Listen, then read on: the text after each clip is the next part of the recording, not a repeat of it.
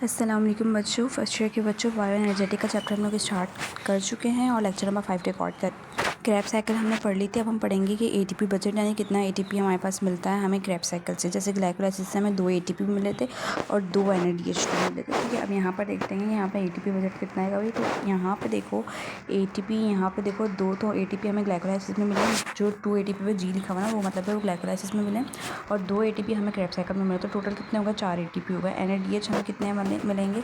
2 NADH 6 NADH, तो total कितने हो गए? टोटल आपके पास हो जाएंगे 24 ATP। ठीक है, कितने हो गए? 24 ATP हो जाएंगे। ठीक है, FADH यानी कि 2 FADH और फिर FADH, ये मतलब ये मैं आपको बता रही हूँ ग्लाइकोलाइसिस वाले जो है ना वो पहली वाली सीरीज़ ग्लाइकोलाइसिस की है, और जो दूसरी वाली है वो क्या नाम है? क्रैप साइकिल के। तो टोटल 8 ATP हो गए। तो कितने आ गए आपके पास? 36 ATPs आ गए। टोटल आपके पास कितना आ गए? 36 ATPs आ गए। अच्छा भैया वैसा क्यों हुआ है कि भाई ये हमारे पास 2 NADH हैं और 6 NADH हैं और वो 24 ATP बना है? तो बेटा आपको बात पता होनी चाहिए कि एक NADH 3 ATP के बराबर होता है और एक FADH 2 ATP के बराबर होता है। तो अगर यहाँ पे 2 NADH है तो आप 2 को 3 से मल्टीप्लाई करो तो 6 आ जाएगा। ठीक है, और 6 को आप 3 से मल्टीप्लाई करो तो 6 3 18 आ जाएगा। ठीक है, तो आपके पास 6 3 18 हो जाएगा। ठीक है, और 2 3 क्या हो जाएगा? 2 3 आपके पास हो जाएगा 6। तो 18 में जब आप 6 प्लस करोगे बेटा तो आपके पास 24 आ जाएगा। राइट, अब मैंने आपको बताया कि एक FADH 2 ATP के बराबर होता है। तो जब 2 को 2 से मल्टीप्लाई करोगे तो 4 आएगा, और 2 को अगेन आप 4 से मल्टीप्लाई करोगे तो 8 आएगा। तो ये बात समझ में आएगा। तो टोटल कितना आएगा? 36 ATPs आ गए। ठीक है, बात आपको समझ में आ गया। अब हमने इलेक्ट्रॉन ट्रांसपोर्ट चेन को स्टार्ट करना है, जो कि क्या नाम है? थर्ड स्टेप होता है एरोबिक रेस्पिरेशन का। इलेक्ट्रॉन ट्रांसपोर्ट चेन को समझने के लिए बहुत ज़रूरी है कि सबसे पहले आप क्या नाम है? माइटोकॉन्ड्रिया के स्ट्रक्चर को समझो। तो जहाँ पे मैंने OM लिखा हुआ है आउटर मेम्ब्रेन है माइटोकॉन्ड्रिया की, और जहाँ पे IM लिखा हुआ है वो क्या है? इनर मेम्ब्रेन है। इनर मेम्ब्रेन है माइटोकॉन्ड्रिया की। और ये क्रिस्टी क्या है? जो फोल्ड्स होता है ना इनको हम बोलते हैं क्रिस्टी।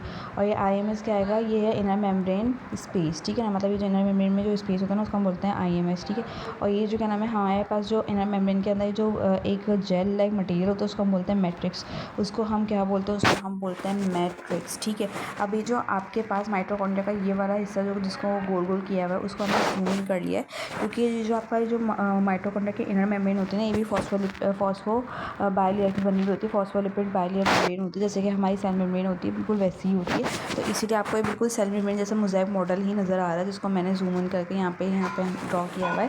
तो ये बिल्कुल मोज़ेक मॉडल आपको इसलिए नज़र आ रहा है क्योंकि जो क्या नाम है आउटर मेम्ब्रेन जो इनर मेम्ब्रेन होती है माइटोकॉन्ड्रिया की वो बिल्कुल सेल मेम्ब्रेन जैसी होती है, फॉस्फोलिपिड की बाइलेयर होती है। ठीक है, तो बिल्कुल वैसी ही स्ट्रक्चर है जो कि आपको मोज़ेक स्ट्रक्चर नज़र आ रहा है। ठीक है, उसके बाद यहाँ पे हमने इसको जूम इन कर लिया है। ठीक है, हमने इसको यहाँ पे जूम इन कर लिया है। ठीक है, अब यहाँ पे हम देखते हैं कि यहाँ पे ना बहुत सारे कॉम्प्लेक्सेस होंगे। यहाँ पे क्या होंगे? बहुत सारे कॉम्प्लेक्सेस होंगे, जैसे कि यहाँ पे बहुत सारे कॉम्प्लेक्सेस होंगे, जैसे कि NADH डिहाइड्रोक्सिनेज कॉम्प्लेक्स। तो ये कॉम्प्लेक्स 1 2 3 4 चार कॉम्प्लेक्सेस होंगे। कितने कॉम्प्लेक्सेस होंगे? 4 कॉम्प्लेक्सेस होंगे, और चारों के नाम यहाँ पर साइड में लिखे हैं। ठीक है, और ये जो पंप नज़र आ रहा है ना ATP सिंथेटेज, ये वो पंप है जहाँ पे क्या नाम है ATP फाइनली बन के निकलेगा। ठीक है ना, बाकी इसके अलावा